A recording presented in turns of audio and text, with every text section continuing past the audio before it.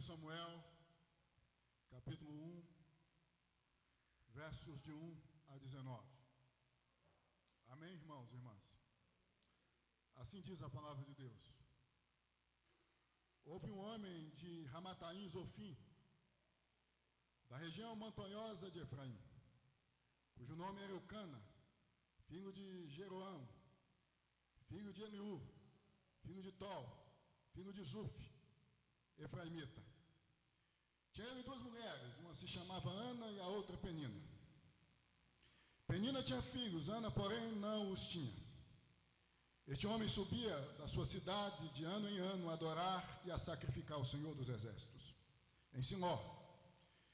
Estavam ali os dois filhos de Eli, Ofni e Finéias, como sacerdotes do Senhor. No dia em que Eucana oferecia o seu sacrifício, dava ele porções deste a Penina, sua mulher, e a todos os seus filhos e filhas. A Ana, porém, dava porção dupla, porque ele a amava, ainda mesmo que o Senhor a houvesse deixado estéril. A sua rival a provocava excessivamente para a irritar, porquanto o Senhor lhe havia cerrado a madre. E assim o fazia ele de ano em ano, e todas as vezes que Ana subia à casa do Senhor, a outra a irritava, pelo que chorava e não comia. Então Eucana, seu marido, lhe disse: Ana, por que choras? E por que não comes? E por que estás de coração triste? Não te sou eu melhor do que 10 filhos? Após terem comido e bebido em Siló, estando ali o sacerdote assentado numa cadeira junto a um pilar do templo do Senhor, levantou-se Ana e com amargura de alma orou ao Senhor e chorou abundantemente e fez um voto, dizendo: Senhor dos exércitos, se benignamente atentares para a aflição da tua serva, e de mim te lembrares, e da tua serva não te esqueceres, e lhe deres um filho varão, ao Senhor o darei por todos os dias da sua vida, e sobre a sua cabeça não passará navalha. Demorando-se ela no orar perante o Senhor, passou Eli a observar-lhe o movimento dos lábios. Porquanto Ana só no coração falava, seus lábios se moviam, porém não se lhe ouvia, não se ouvia voz nenhuma. Por isso Eli a teve por embriagada, e lhe disse: Até quando estarás tu embriagada? Aparta de ti este vinho. Porém Ana respondeu: Não, Senhor meu, eu sou mulher atribulada de espírito, não bebi nem vinho, nem bebida forte, porém venho derramando a minha alma perante o Senhor. Não tenhas, pois, a tua serva por filha de Belial, porque pelo excesso da minha ansiedade, da minha aflição, é que tenho falado até agora. Então me respondeu Eli: Vai-te em paz, e o Deus de Israel te conceda a petição que lhe fizeste. E disse ela: Acha a tua serva mercê diante de ti. Assim a mulher se foi, seu caminho, e comeu, e o seu semblante já não era triste. Levantaram-se de madrugada e adoraram perante o Senhor, e voltaram e chegaram à sua casa, a Ramá. Eucana coabitou com Ana, sua mulher, e lembrando-se dela o Senhor, verso 20, e ela concebeu, e passado o devido tempo, teve um filho, a que chamou Samuel, pois dizia: do Senhor o pedi. Não perca a esperança. Não perca a esperança. Esse é o nosso tema. Deus amado, Deus santo, nesse momento desejamos tão somente ouvir tua voz. Tu sabes o quanto necessitamos ouvir-te, escutar-te. Esse é o momento em que nós entendemos que tu falas conosco.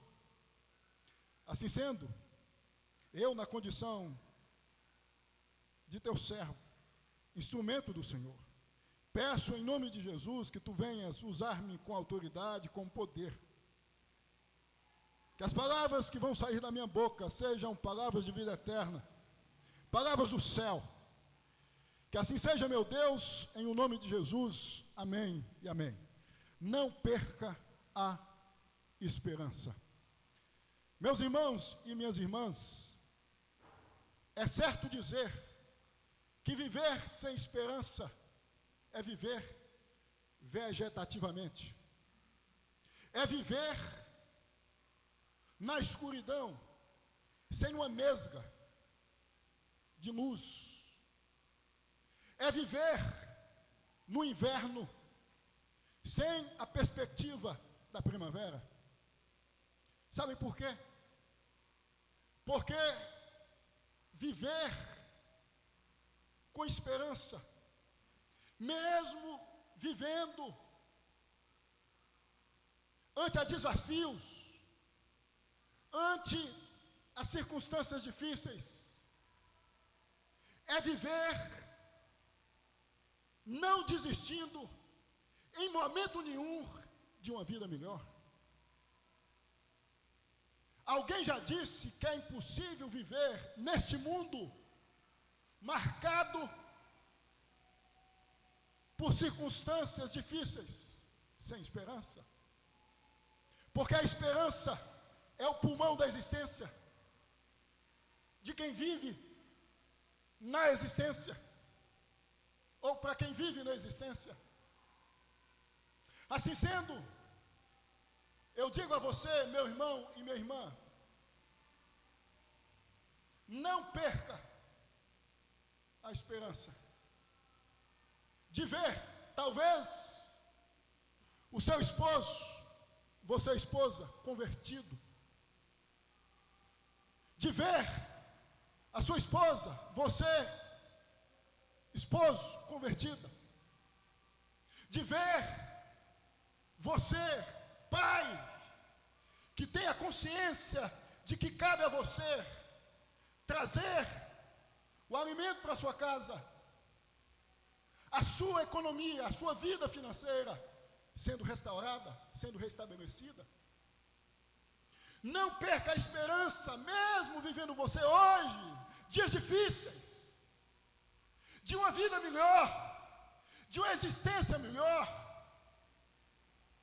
Não perca a esperança de ver, se é o seu caso,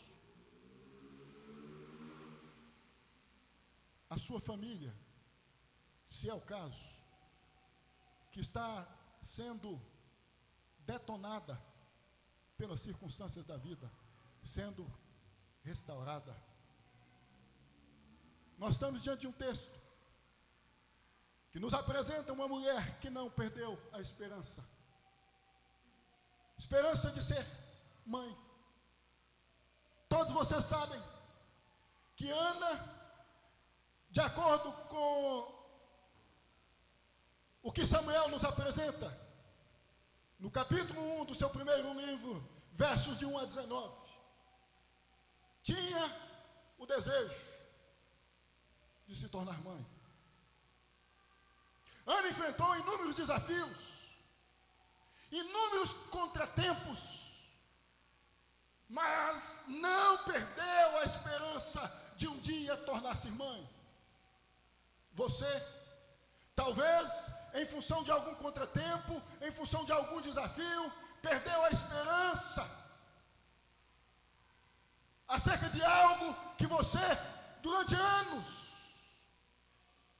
desejava hoje. Eu venho te dizer em nome de Jesus, a partir da experiência de vida de Ana, a você, não perca, seja qual for a realidade que você estiver vivendo hoje, a esperança de conquistar, de obter o que você desejou, talvez durante a sua vida toda. Como disse, Ana enfrentou alguns desafios, alguns percalços, mas não perdeu a esperança de tornar-se mãe. Quais os percalços, quais os contratempos que Ana enfrentou? Quais os desafios que Ana enfrentou? Eu passo a apresentar a vocês alguns, considerando que os versos de 1 a 19, destacam. Primeiro desafio, primeiro percalço, que Ana enfrentou, mas não perdeu a esperança de tornar-se mãe. O percalço da infecundidade. Os versos 2 e 5 dizem que Ana não podia ser biologicamente mãe. Tinha útero seco, improdutivo. Vejam o que dizem os versos 2 e 5. Tinha ele, ou seja, Eucana, duas mulheres, uma se chamava Ana e a outra Penina. Penina tinha filhos, Ana, porém, não os tinha. Verso 5. A Ana, porém, dava porção dupla, porque ele a amava, ainda mesmo que o Senhor a houvesse deixado estéril. Ana tinha uma esperança, a esperança de ser mãe. Mas existia um desafio, aliás, existia um percalço, um contratempo, a infecundidade. Ana tinha um útero improdutivo, útero seco. Não podia, até então, surgir, nascer uma vida do útero de Ana. Eu não sei qual é a infecundidade na sua vida. Que parte da sua vida que mesmo você tentando plantar, nada cresce, nada brota. É um deserto, um útero seco, uma terra seca. Você precisa não desistir, não perder a esperança, mesmo tendo você, talvez há anos, vivendo um deserto, existencialmente falando. Sua vida se tornou um útero seco, uma terra seca, improdutiva. Tudo que você faz, tudo que você tenta fazer, não prospera, não vinga. Terra seca. Você planeja, você mapeia, você estuda, você planta, e nada surge, e nada nasce. Terra seca, existencialidade até então, seca, desértica. O texto vai dizer que mesmo ciente da condição de útero seco, Ana não desistiu de ser mãe. Você não pode perder a esperança de uma vida melhor, porque até então você chegou à conclusão que nada prosperou, que nada vingou na sua vida. Primeiro percalço, primeira dificuldade que Ana teve que enfrentar foi da infecundidade. Segundo, a consciência de que era da vontade de Deus que seu útero, até então, não germinasse.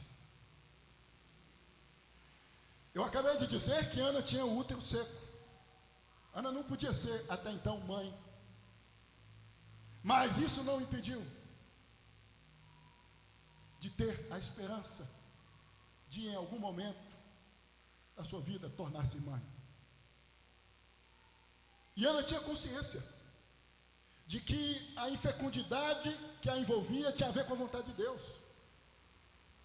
Ana tinha consciência de que seu útero não podia brotar, ou do seu útero não podia brotar vida, porque era da vontade de Deus.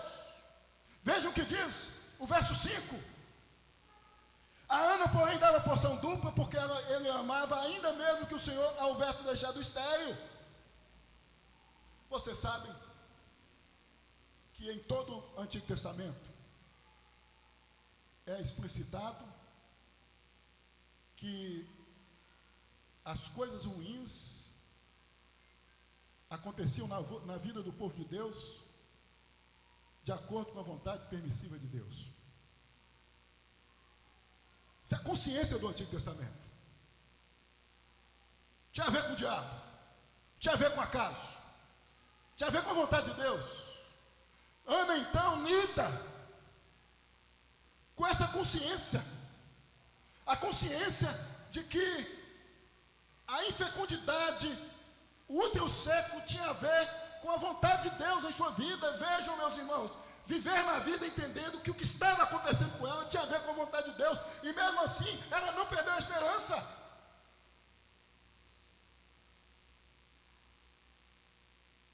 Nós precisamos entender que tudo quanto acontece conosco, acontece de acordo com a vontade permissiva de Deus.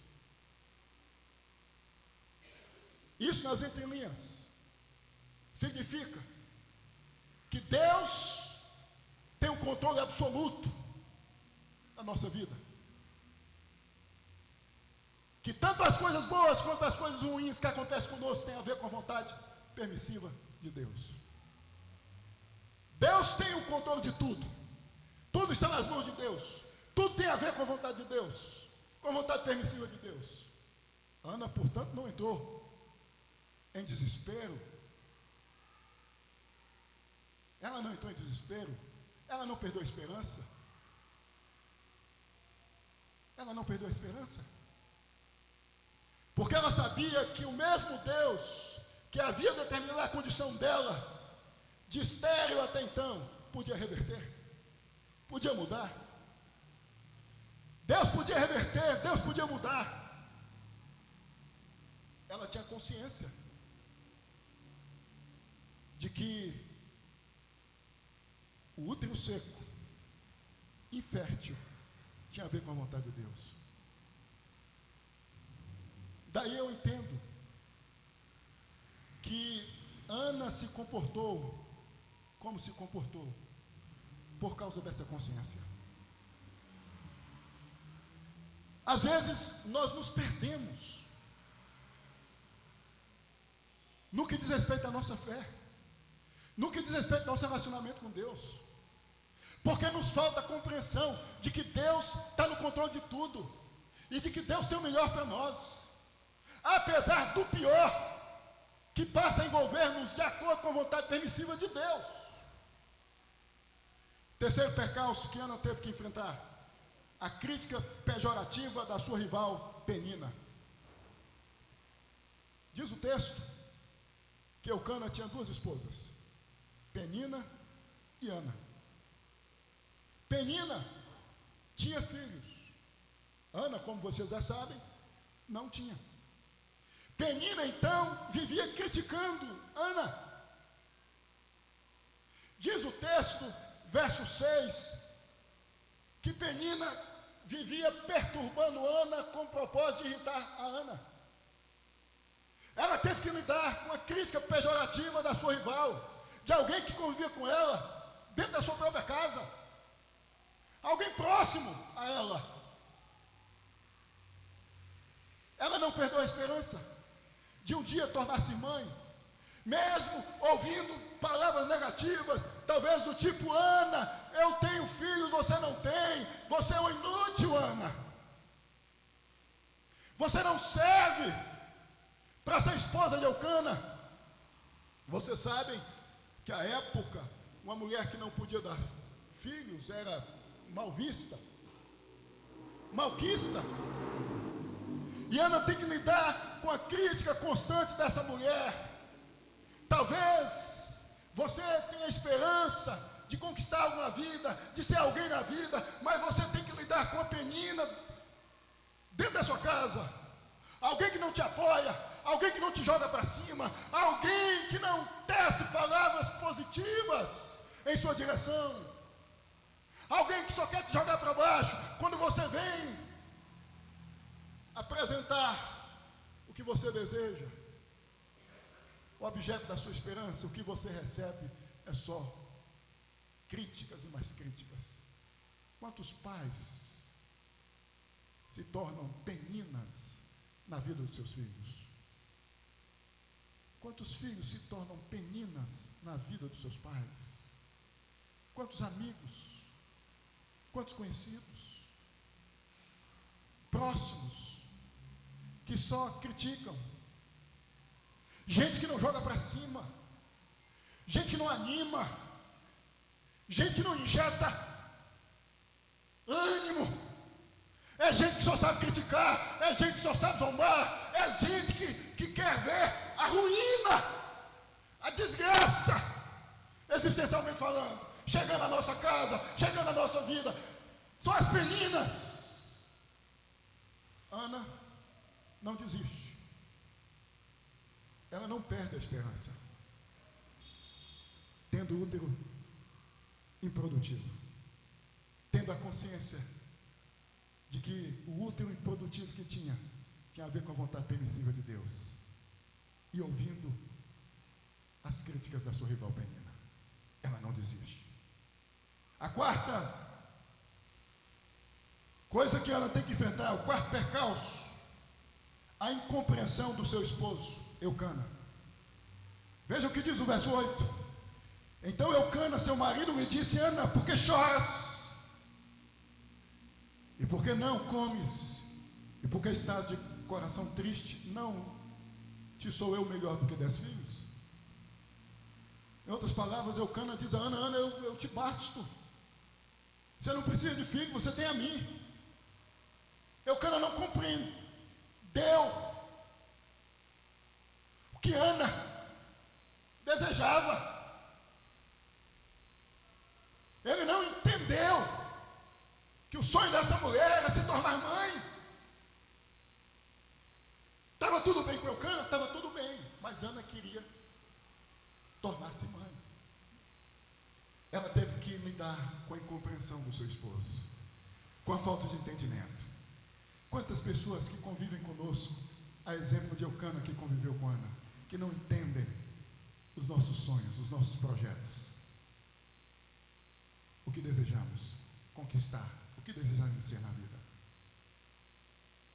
Pessoas que não compreendem, que não entendem, e às vezes que não desejam compreender, que não querem compreender.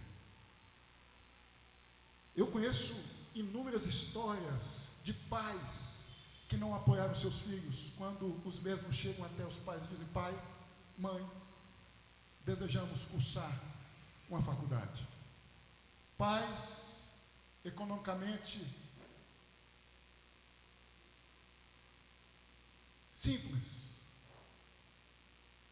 que não possuem muitos recursos, que não tiveram a oportunidade de cursar uma faculdade, que não compreendem o sonho dos seus filhos,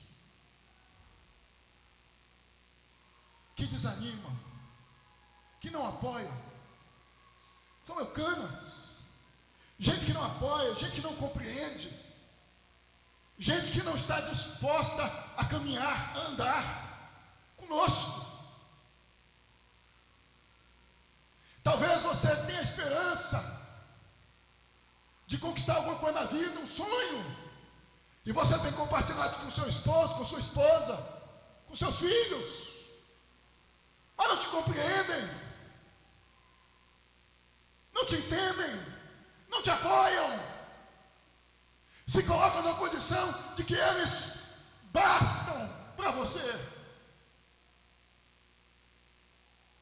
Quinto percalço que Ana teve que enfrentar: a interpretação equivocada do sacerdote. Os versos de 12 a 16 apresentam Ana orando no templo. O sacerdote ali, quando a vê, não tecendo palavras audíveis, a tem por embriagada. E diz o seguinte: Ana, tu estás embriagada? E Ana responde: não, não me tenhas por filha de Belial. Vejam que a resposta de Ana evidencia a compreensão ou a interpretação dura, pesada que o sacerdote teve de Ana naquele momento, Ela estava ajoelhada, ela estava diante de Deus. Irmãos, às vezes, até entre os nossos irmãos, dentro da igreja, nós somos mal interpretados. Pastor que não nos entende, presbíteros que não nos entendem, irmãos e irmãs que não nos entendem. Gente que não apoia, gente que avalia a partir da sua impressão, do que acha, a partir da sua visão, gente que não está disposta a sentar, a ouvir, a escutar, para depois emitir um juízo, um parecer, para depois sentenciar. Suas avaliações imediatistas, precipitadas. Quando vem o comportamento, quando vem a caminhada, quando vem alguém transitando de maneira silente.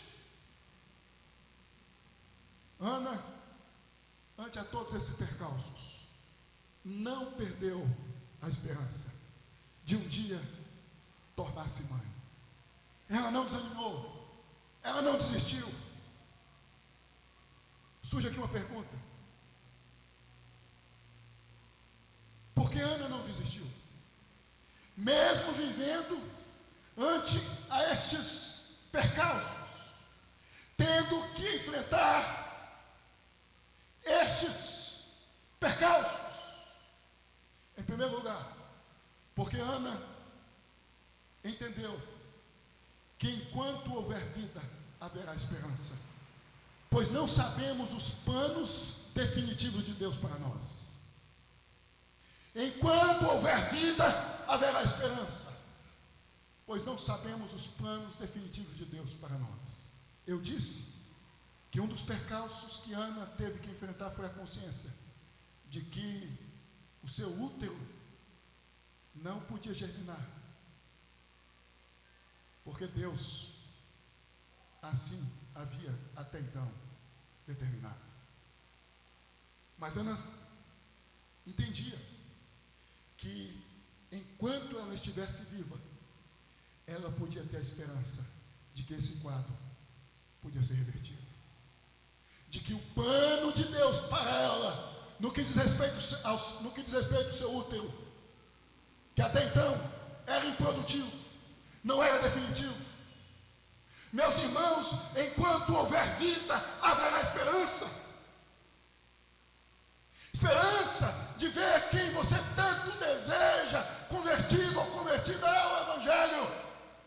Esperança de ver seu pai ou sua mãe entregue ao vício, talvez ao álcool, convertido ou convertida, com a vida mudada. Esperança de ver a sua casa sendo reerguida das cinzas.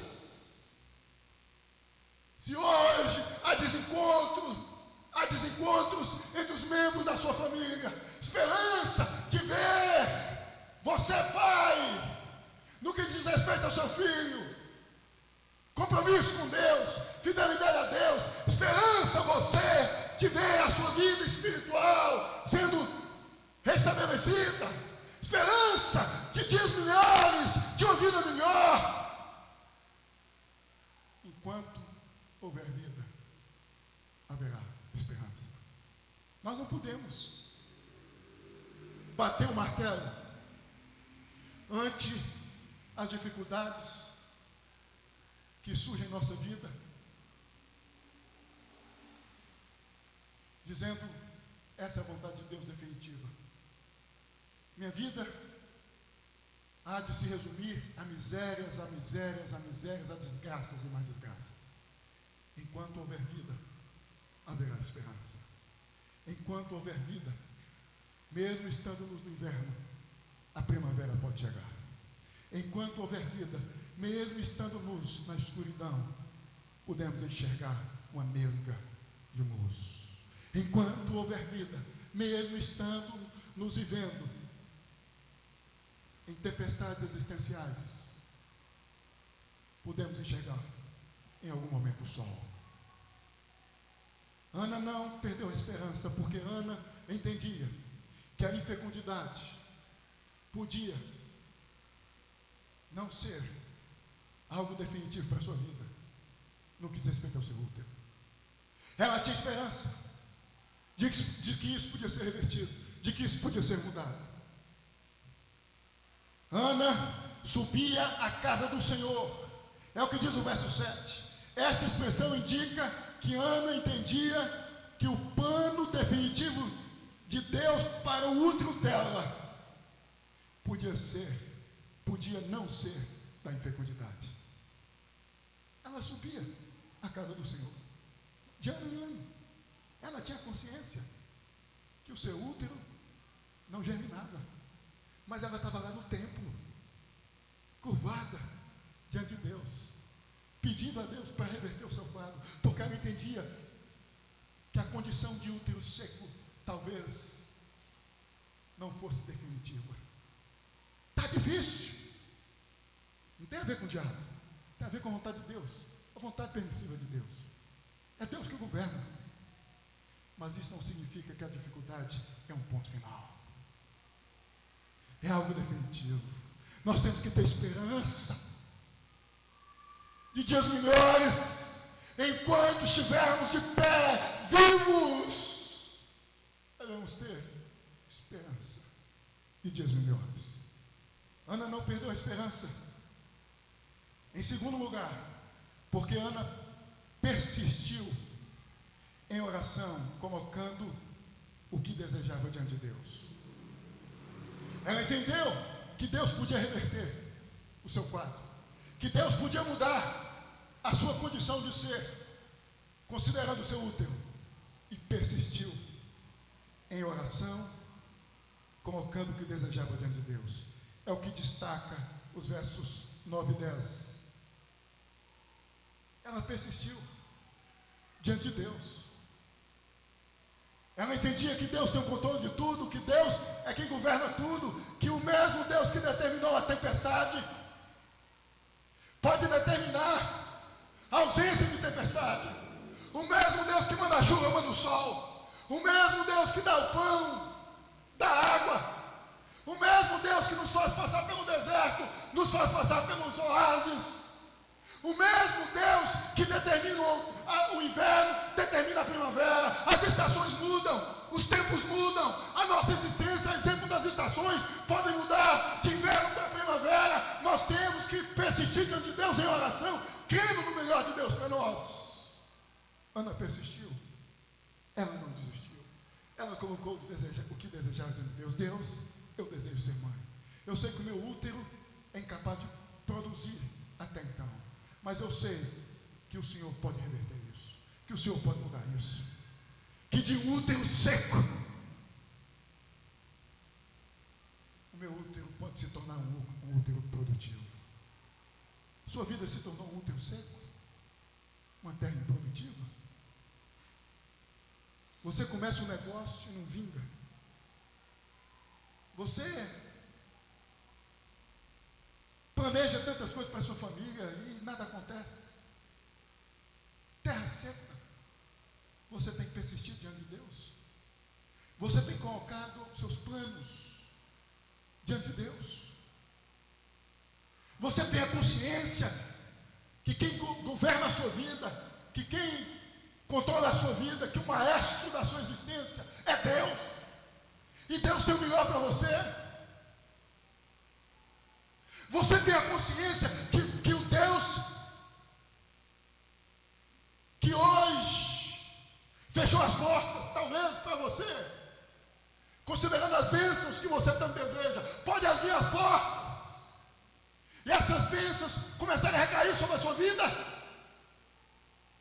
Não desista, persista em oração, ponha diante de Deus o que você tanto deseja, não perca a esperança, porque o seu Deus transforma desertos em oásis, invernos em primaveras. O seu Deus faz frutos brotarem de árvores infrutíferas, transforma água em vinho, rasga o mar de alto a baixo, faz chuva cair no deserto e de uma terra seca e improdutiva brotar frutos, alimentos. Creia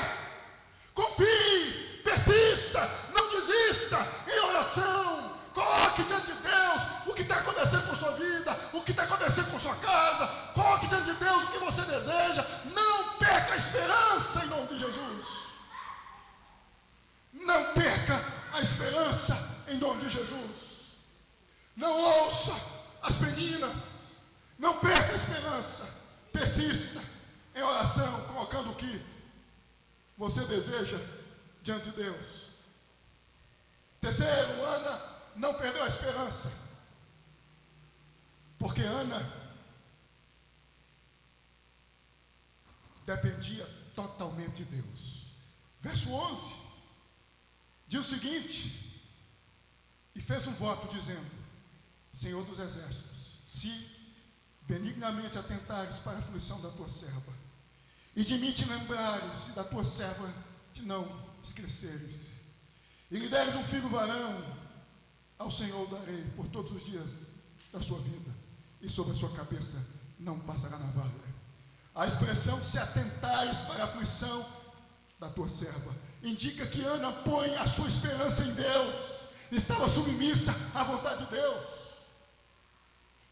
Eu sei que depende do Senhor, vai acontecer comigo o que o Senhor quiser. Eu sou dependente do Senhor, eu dependo do Senhor, mas eu estou aqui na condição de serva, me colocando diante do Senhor, à disposição do Senhor. Nós precisamos nos tornar mais dependentes de Deus. Nos colocarmos diante de Deus dizendo: Deus, eis-nos aqui. Faça o que tu desejares fazer com a minha vida. Se tu atentares para a aflição da tua serva, depende do Senhor, não depende de mim. Só Deus pode reverter, só Deus pode mudar, só Deus pode transformar, só Deus pode operar o milagre que você busca. Há cerca de 2 dias, eu fiquei muito emocionado assistindo o filme Milagres do Paraíso. Isso porque uma das filhas do casal Cristi e Kevin, Anabel, foi diagnosticada com uma doença no intestino incurável. Tudo que ela comia não era digerido. A mãe, quando vê a pequena Anabel nessa condição, não mede esforços para levá-la até os melhores médicos, os especialistas. Depois de tanta tentativa, Anabel volta para casa. Ela tinha uma doença incurável. E em casa, a irmã mais velha resolve brincar com a Anabel. No quintal tinha uma árvore onde elas brincavam. Ambas sobem até a árvore. Um acidente acontece. Anabel cai dentro da árvore, fica inconsciente por algumas horas. E nesse momento ela tem uma experiência grandiosa com Deus. Ela sai da árvore, é retirada pelo corpo de bombeiros da cidade e sai curada. O extraordinário havia acontecido. O nosso Deus é o Deus dos extraordinários. Deus muda realidades. Deus opera coisas extraordinárias. Deus opera milagres. Deus reverte situações. Deus muda quadros. Talvez o milagre que você precisa pode chegar na sua casa. Basta você colocar a sua vida, a sua casa aos pés do Senhor. Deus é o Deus do extraordinário, é o Deus que muda, é o Deus que transforma. Quarta e última coisa que fez com que Ana não perdesse a esperança: Ana não deu ouvidos às opiniões contrárias. Verso 6 a opinião de Penina. Verso 8, a opinião do seu esposo Eucana. Versos 14 e 16, opinião do sacerdote Eli. Ana não deu ouvidos às opiniões contrárias. Ela não perdeu a esperança, porque ela não deu ouvidos também às opiniões contrárias. Ela não ouviu Penina, ela não ouviu seu esposo, ela não ouviu o sacerdote. Ela tinha convicção, ela tinha certeza de que Deus podia mudar a sua realidade, de que Deus podia operar um milagre, e Deus operou o milagre. O último século de Ana sofreu um mover, ou uma cirurgia, podemos dizer, feita pelo próprio Deus. De infértil, passou a ser fértil. Diz os versos de 19 em diante, que depois de ter colocado a sua causa, a sua questão diante de Deus, no tempo ela volta para casa com seu esposo, ela deita com seu esposo e fica grávida de Samuel. O milagre aconteceu. O útero que não produzia, produziu. Samuel nasceu. A esperança foi vista. A esperança tornou-se realidade, tornou-se substância, tornou-se algo palpável, algo visível. O que Ana esperava aconteceu. Sabe por quê? Porque Ana não desistiu. Ana persistiu. Ana, ante a tudo que aconteceu, não desistiu. Ela não perdeu a esperança. Eu concluo essa mensagem, meus irmãos e minhas irmãs, dizendo que nós devemos entender que enquanto houver vida, haverá esperança. Não perca a esperança. Não perca a esperança. Deus pode, segundo a sua vontade, fazer o extraordinário acontecer na sua vida. Que Deus te abençoe, em nome de Jesus. Põe-se de pé.